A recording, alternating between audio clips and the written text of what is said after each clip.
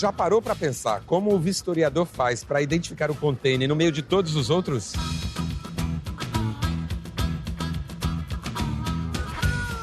A identificação do container segue um padrão internacional, composto por 4 letras, 6 números e 1 dígito.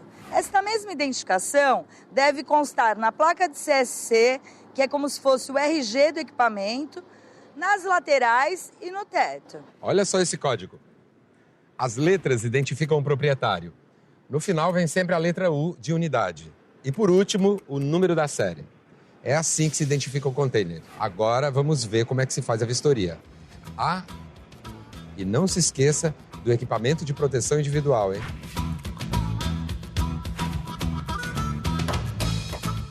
Quais são as avarias mais comuns que você encontra no container? Geralmente é borracha solta, corrosões, amassado, arranhado, sujo, odor. Às vezes está com o piso quebrado, às vezes está faltando o número do container. As avarias podem acontecer pelo tempo de uso do container, que enfrentou sol, chuva, frio, calor, ou pelo mau uso do equipamento, que pode ter sofrido algum impacto, por exemplo. Quando é apontado alguma avaria, o vistoriador vai identificar quem é a parte responsável nessa questão avaria versus desgaste natural. As avarias cobradas por importador são as avarias de impacto. Corte, piso quebrado com ampliação de carga, painéis estufados para fora devido à má movimentação das cargas. E as avarias que repassa para o dono do container do armador é avarias de desgaste natural, corrosões, falta de um dígito, uma borracha cortada. Não cobramos isso do importador, porque isso aí não foi ocasionado pela carga dele. Para fazer a vistoria é importante seguir uma sequência, um passo por vez. Assim, não há risco de esquecer alguns detalhes. O primeiro passo é abrir totalmente a porta direita, sempre se protegendo de qualquer tipo de resíduo. O ar irá circular dentro do equipamento, removendo os odores e resíduos. Enquanto isso, ele irá fazer a vistoria ao redor de todo o container até chegar à porta esquerda. Só então ele deverá abri-la e proceder com a vistoria na parte interna. A partir da lateral do container, deve ser observado se há algum tipo de amassamento, excesso de corrosão, abaulamento, furos que possam prejudicar o equipamento. Então, se tiver uma avaria, um furo no teto, uma lateral rasgada, entra água e filtra na carga, perde a carga toda. E devido a alguma solda, pode trincar, vir vamos dizer, rasgar o container no meio e a carga soltar toda. É uma carga de alimento, né? Perecíveis, ela chega com água, né? Já perde a carga, é considerada como perda de carga também. Para medir amassamentos, é necessário usar a régua e o prumo. O prumo é uma linha com um ímã em cada ponta. Um dos ímãs é fixado numa parte intacta do corrugado. A linha deve ser esticada sobre a parte amassada e o outro ímã é fixado na mesma direção. Com a régua, mede-se a profundidade do amassamento, usando a linha como referência. O vistoriador deve levar em conta os critérios técnicos para a avaliação. Esse amassamento ultrapassou o limite permitido, que é de 35 milímetros. Portanto, ele deve ser reparado. Em seguida, eu sinalizo a avaria a ser reparada e anoto no relatório. O relatório é preenchido com a identificação e especificações do container. E a avaria é descrita no campo dos componentes. Em alguns terminais, usa-se o coletor de dados. O próximo passo é verificar a abertura das portas. As portas devem ser totalmente abertas. Para isso, as dobradiças devem estar em perfeito estado de funcionamento. Caso seja identificado algum emperramento nessas dobradiças, devem ser identificadas para reparo. No caso da inspeção da porta, funcionando corretamente, não há necessidade de reparo. Isso inclui alavanca, varão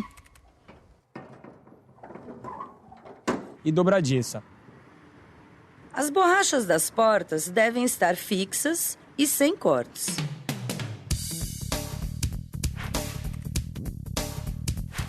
O próximo passo da vistoria é a análise do piso interno do container. No piso, é importante observar se existem arranhões, rachaduras e partes soltas. Um exemplo dessas avarias é o delaminamento de piso, que é este caso aqui. Deverá ser enviado para reparo. Isto é uma avaria de piso, onde provavelmente deve ter ocasionado por algum objeto pontiagudo de baixo para cima. Necessitará fazer a troca da madeira. Para isso, precisamos tirar as medidas.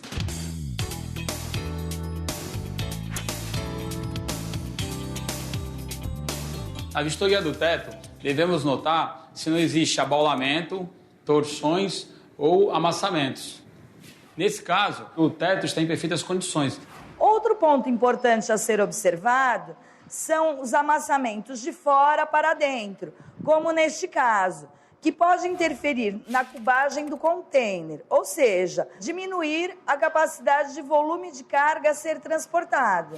Para que possamos medir esse abaulamento interno, precisaremos usar 2 corrugados internos intactos. Com a escala e a linha de referência, criaremos uma linha com uma margem de 50 milímetros, que é o limite permitido da cubagem interna do container.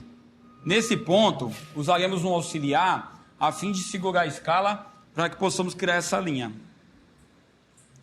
Pode notar que a linha de referência ela não encosta no painel. Isso quer dizer o quê? Esse abaulamento interno não é uma avaria.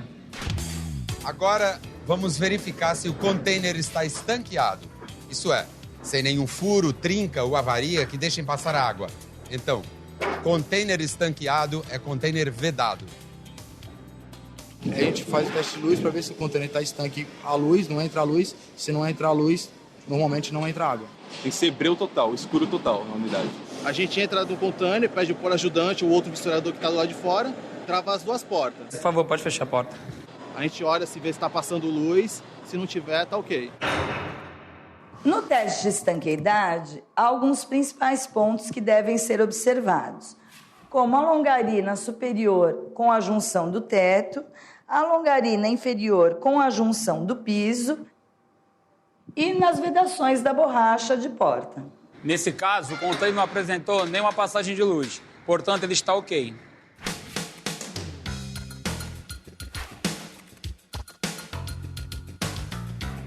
Na vistoria de teto, existem algumas avarias que são mais comuns, como, por exemplo, ferrugens, buracos, rasgos. Esta ferramenta é a piqueta. Ela é utilizada para testar ponto de ferrugem. A piqueta é usada como um martelo. Se ocorrer a perfuração, então deverá ser apontada, evitando que corrosões se transformem em buracos durante a viagem.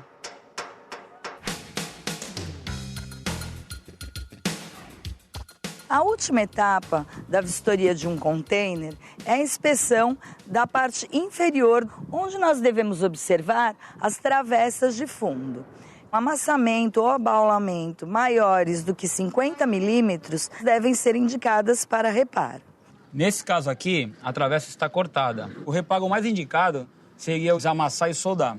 Temos também um item que é a bolsa de patola, para a inserção do garfo da empilhadeira nas unidades de 20 pés.